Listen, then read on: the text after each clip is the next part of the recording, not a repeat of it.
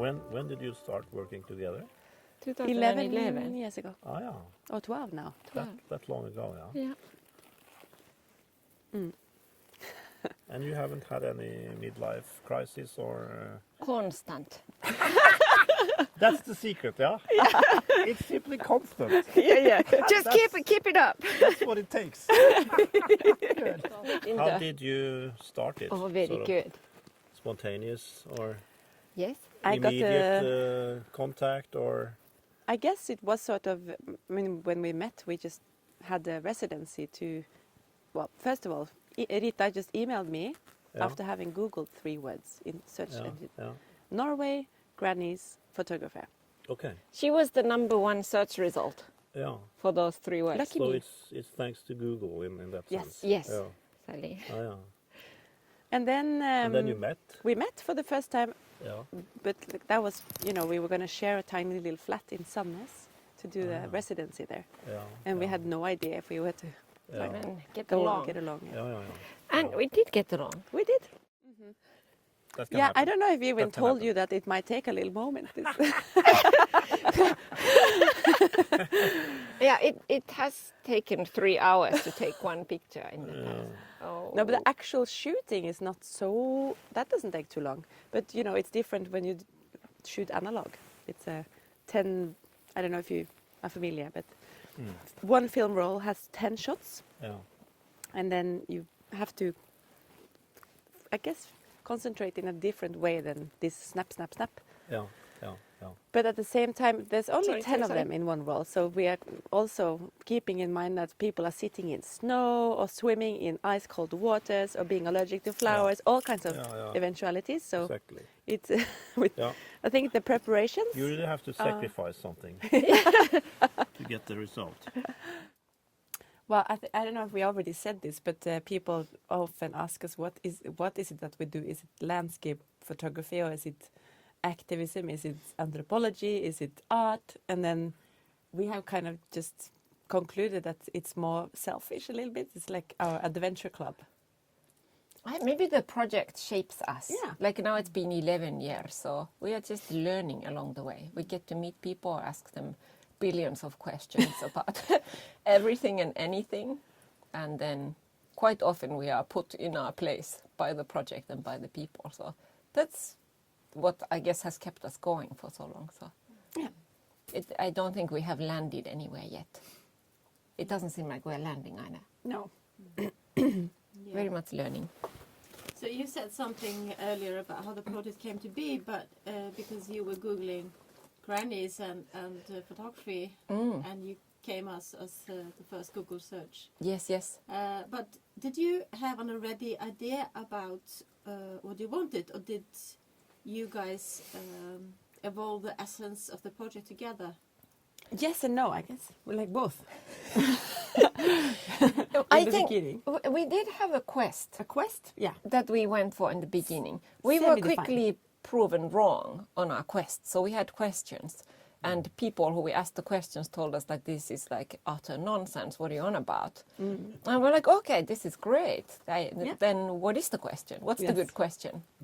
And yeah, so we did have questions, and the questions have never really stopped, and they just keep changing.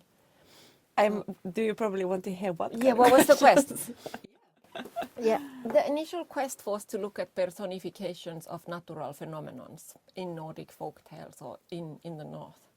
And then we stupidly figured that the older people in the community would be the ones that might still have a connection with these folk tales and with maybe locations in their environment, in their surroundings, that might have some more experimental, imaginative or just like explanations to what's going on or an around input to how you see your surroundings, maybe. If they have any relevance at all, like nowadays. And then we started questioning people, asking people, stopping people randomly on the street and asking these questions. And then we had, was it 8th generation Potter? In Sandnes, something like that. And he basically said, like, people of Sandnes on the west coast of Norway, they don't have time to turn rocks and wonder what's under. So busy people. Practical. Yeah. Some of this country's best inventions have come from here, like what are you on about? Like, what do you take us for? Yeah. So, yeah. Yes. So then we okay, what happens then with imagination and so whatever is a rock just like a good old boring rock or could it be something else like? Is it all really that straightforward? Is it all like just plain simple and outright explained and like, well, no quest over there? Because that, I feel like then the year after we went to Finland with the project and then started asking similar questions there, and people were like outright confused. Like, so what do you want to know? Like, what are you searching for with these questions? Like my relationship to nature. What do you mean? Like you want the best swimming spot, or you want to find where's the best firewood or the fire making place, or what? What's this? What are you after? And that was very interesting for us. And it's like, is it that flat? Yeah. So then we had to continue other places and other people and learn more. Has your own contact with nature changed since you started the project? Yes. I don't even think there is nature anymore. I really don't That enjoy even word. using the word nature. Yeah, that wasn't the same 10 years ago. No, I would even talk about going to nature. But yeah, we were having a Guess that needs conversation. an explanation. Though. Yeah. Yeah. So then through the conversations we talk with people and like, where do you like to go in nature to enjoy your surroundings? And it's like, what do you mean? We were standing in a car park and he said like, well, we are in nature. Like, what do you mean Japan. go somewhere else? And we're like, you are so right, obviously. Like that's a very interesting, how foolish of me again. And let's widen this perspective where we're kind of looking at the world from.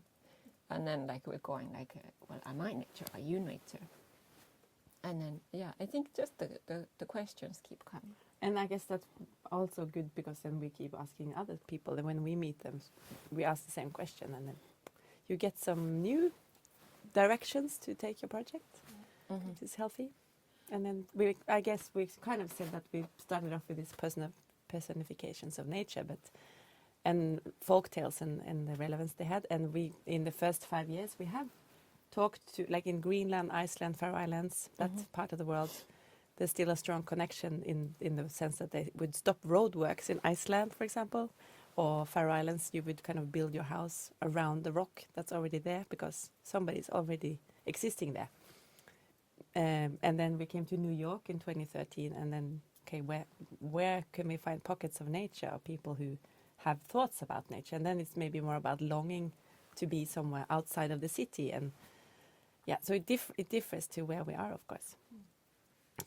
Can you talk a little bit about the process you have before you go to a shooting, or before you make contact with a collaborator, and maybe also how is the process during, like you've done today, and what happens after? What's the process afterwards? That's nice. Well, in this incident today with Arne Johan, it has been an unusual way of working, I think, because we've had we met twice, and normally we meet one day and that's it. It's a very intense encounter. And then we meet, if it's, well, actually sometimes we meet them on the street and arrange to meet, to talk and interview, because you want to get to know the person, the stranger, or somehow it's somebody recommended this person. And then we spend as much time as the person has.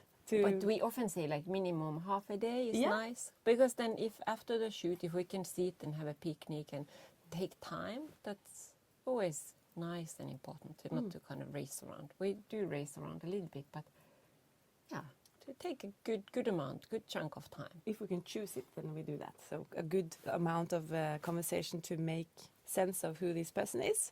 And from that, they are hopefully feeling that they are contributing in deciding where they want to shoot.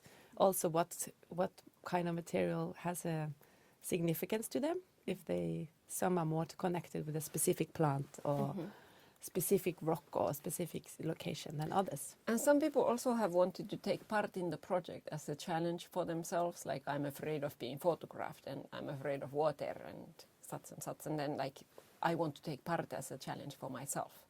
So it can have many missions for people. Do people always say yes? Do you sometimes have to convince collaborators to join? No, never convince. No.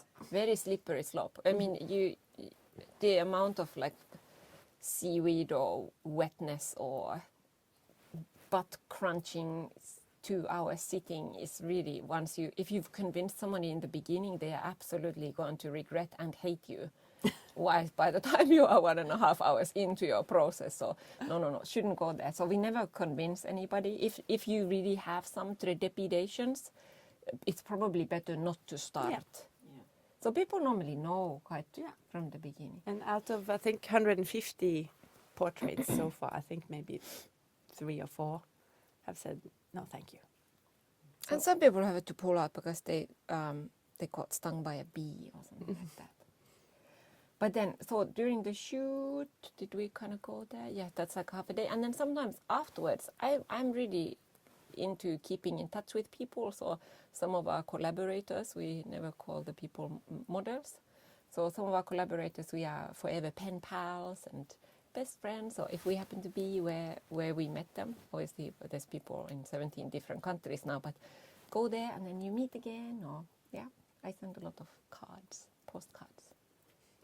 How do you see the project evolve into the future? Will you end up as subject matters of your own pictures in the end? What do you think? Where is this going? Well, we are now transitioning a little bit, I think, in the recent 2-3 years, trying to focus more on people who we think deserves a platform to speak about what the situation we are in right now, especially the climate emergency. So it doesn't have to be researchers or scientists or politicians, but somehow the conversation is then focusing on the situation and what can be done with it to maybe hopefully change the perspective from more like, oh, that's a funny photo and a nice story, but actually maybe communicating data. If there's like a ice researcher or scientist and they have, I mean, there's so much data and we've spoken about this many times, the reports and the knowledge is there, but how to make people care about it. So Spark some curiosity, even a little nugget of their work. And then somebody might like, oh, I didn't know that there was a loss of moles in Hjorth. yeah. And then this person has specialized 30 years in the mole life. We haven't met that person yet. Could be. But I kind of enjoy also we started working with grandpas and grandmas, and I quite enjoy the idea that Karoline and I arrive on scene with like Zimmer frames and in our own wheelchairs, and then we'll have to kind of make the shoot work with that. So. I hope we get there. Who But knows? you have some antiques with you anyway, because you're shooting analog film. Is that choice an aesthetic one, or is it because you want to slow down the process? What is the choice behind it? Both of those, but most, I think the time, what happens to time when you use an analog camera is very important. Also what happens to the person in front of the camera, how they feel like they should behave when they encounter a digital, with the sound of the digital and the amount of clack, clack, clack you have with the digital. It's very different to the process of having a roll of film with 10 shots, you explain it. It takes time. The best thing is nearly when they space out and get bored or like impatient, because then of course the expressions are more interesting, selfishly put by the photographer there. But apart from that, I also think aesthetically it's a different universe. You can't compare it, and I guess that's a geeky universe to, if you don't know necessarily what to look for in a print, you might not see it, but I think you can see it. It's also something with the, we're going into the details here. Go. I love the details. Yeah, here's the technical details. Yes. Yeah, grains and pixels are two different things. Yeah. Also, the edges of shadow and light. If you see something, it's like in a digital focus, it's so much in focus that it's beyond real focus in my liking. But it's also the tones, the range of colors. Also, when you scan the negatives, it's kind of semi-analog because we don't do C prints like that because we're not in a dark room anymore. But we scan the negs and then we sometimes do digital seal times, which is going through the chemical baths. But again, that's also, I guess, something to consider in the future. What's the most green way? Now, what was the question? We're just going to be a minute. It's fine.